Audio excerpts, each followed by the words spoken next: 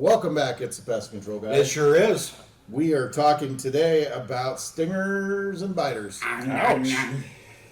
Well, I don't like them, either one of them. No, that sounds terrible. It is They terrible. hurt. But I've got to know, what's the difference between a sting and a bite?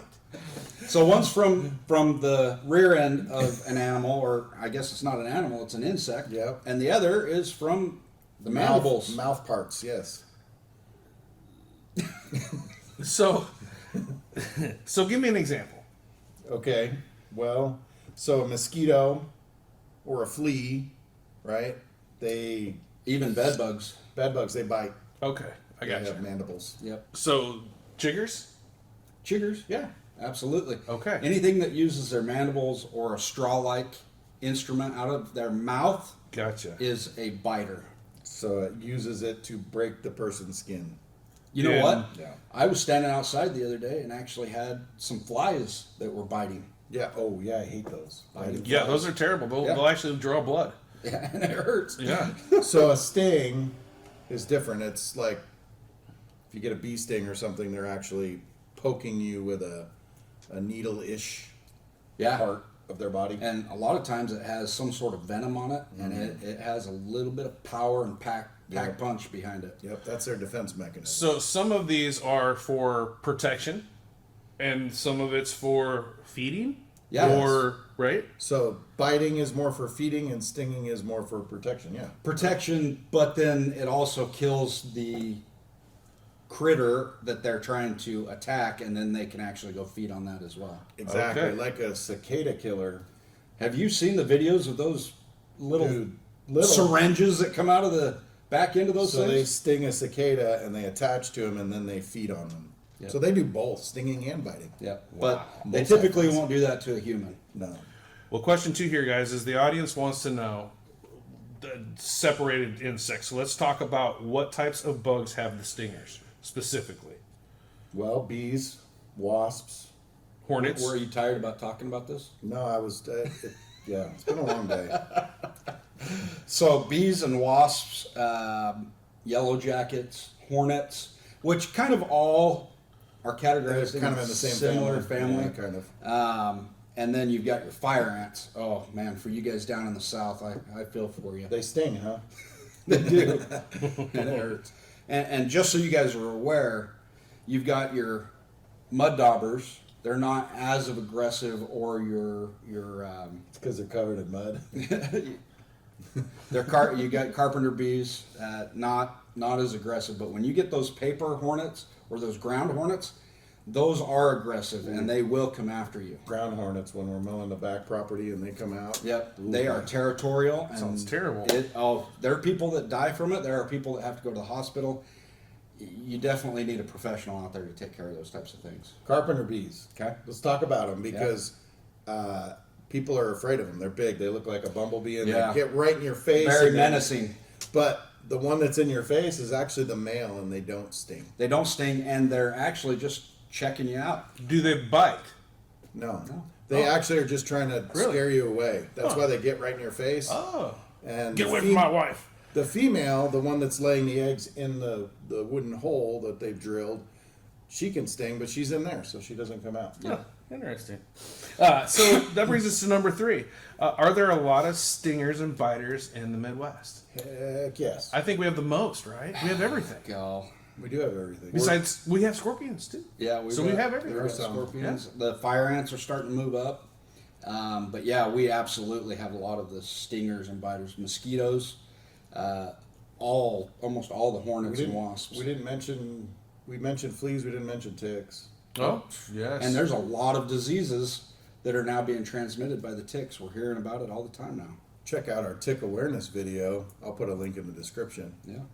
Awesome. All right. Well, this leads us to number 4, gentlemen. What insects leave stingers in the skin? Oh, I hate those. So you got wasps, you got hornets, you got bees. Some of them leave stingers, some of them don't, right? Absolutely. So bees in general have like a barbed stinger. So it's not just a needle, it's got barbs on it like a fishing hook kind of. And those, when they go into your skin, they get stuck, so they stay in there. And it detaches from their rectum, and that stays on you or in you Kind of like when you pull on a lizard and its tail comes off. The difference is the lizard will live. The bee, And it'll bee regrow doesn't. its tail. Right. So I heard this. I don't know if this is true or not, but I understand when the bee comes, there's a part of its body that's still there, and it throbs and actually is still. Is that true? Yes. Still putting poison into your. Continuing to pump the poison in. Wow, that's crazy. Yep. Wow. Wow, I don't like them. that's terrible. Yeah. Yeah. But bees are protected, right? Yes. So we have to be careful about how we're taking care of it. They help the environment. They help the plants. And there are ways to not make them upset. So Well, I don't remember ever being attacked by a bee. They're in the garden. You leave them alone. They leave you they're alone. It's only just a territorial thing. Yep. If you leave them alone, then they're good. Last time I got stung is I was in the yard and there's a clover patch and the bee was on the clover. I didn't have shoes on. I got stung. That's kind of my fault. Yeah. Right? But hornets and wasps, they will retract that stinger and they'll come get you again. Yeah. And they hurt. Yep. Anyway, I have another question. And we assumed you did. and we're this still here. is actually off script because again this is something I heard and I was hoping you could clarify this for me because Mother Nature is awesome, but I was reading somewhere, I don't remember if it's somewhere online, right, that the mosquito's syringe that it has in its mouth is the most precise syringe that's ever been made. Like they can't even duplicate it in the factory. It's so well It's pretty small. so well built, right? Yeah. Is that and true? I understand they have like an anesthetic that Just so you like don't with feel ticks. them piercing the skin. That's crazy. That's why you look down and be like, oh, there's a mosquito. And they're- Same with ticks. The only thing you feel with ticks is their legs crawling on your hair. You like it when I do that to you? When their legs are crawling on your hair, you don't feel the bite. Ah, okay, that So makes there sense. is an anesthetic. Gotcha. Wow, those little buggers are packed. Yep. those little buggers. We'll save that joke till later.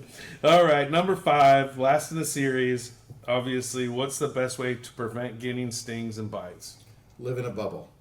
Do you live in a bubble? I don't. And I don't want to. Or you could go to Antarctica, I guess. I don't know. I'm sure they've got something there. that How bites. about hiring a professional local pest That's control a good company? idea. I recommend that, Kevin. Yeah, Good the ones that choice. actually sweep the eaves, right? That's something that we do. Remove the nests. Remove the nests. They can do mosquito treatments and treat your plants and your.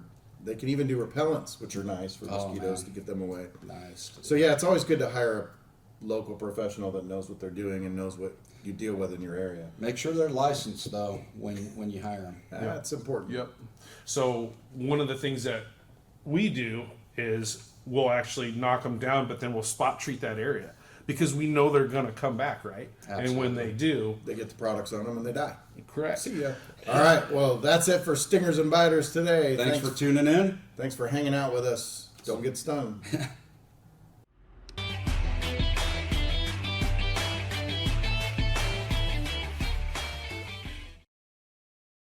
All right, I hear you guys got some jokes. Let's hear them. Stinging and biting jokes. This is my favorite part. What do you call a bee that can't make up its mind? My wife. No, a maybe. It sounds like my wife. A maybe. Okay. Hey, so I've got some lawyers in my family. Yes. So this joke hurts. But Hurts that. what do lawyers and mosquitoes Oh, have no. in common? This is going downhill quick. Oh yeah, it did. I don't know about. They're both blood-sucking parasites. Sorry. Sorry. guys. So my computer got bitten by a mosquito. Oh, that's horrible. Now it has malaria. I don't ever want to get that. That wasn't really. I guess it was. So, what do mosquitoes and relatives have in common? Ooh, this sounds like the lawyer joke again. A little bit. I don't know what. They both share your blood. I took an exam the other day. I didn't exactly ace it. I got a B.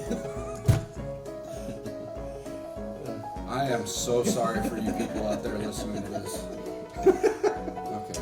So, what sound does a wasp make when it hits your windshield? Thud. B flat. Oh, B flat. That's for all you music lovers out there. What do you say after a mosquito makes a joke? I didn't know they did. Malarious. That's what you say. It's malarious. so there's not many mosquito communities. I wish there were other jokes out there for our people. Send us your jokes. Here's a link. Send us some jokes, Yeah, post them, send and we'll us put your them on our jokes. next Yeah, if video. you guys got better jokes, we'll take them.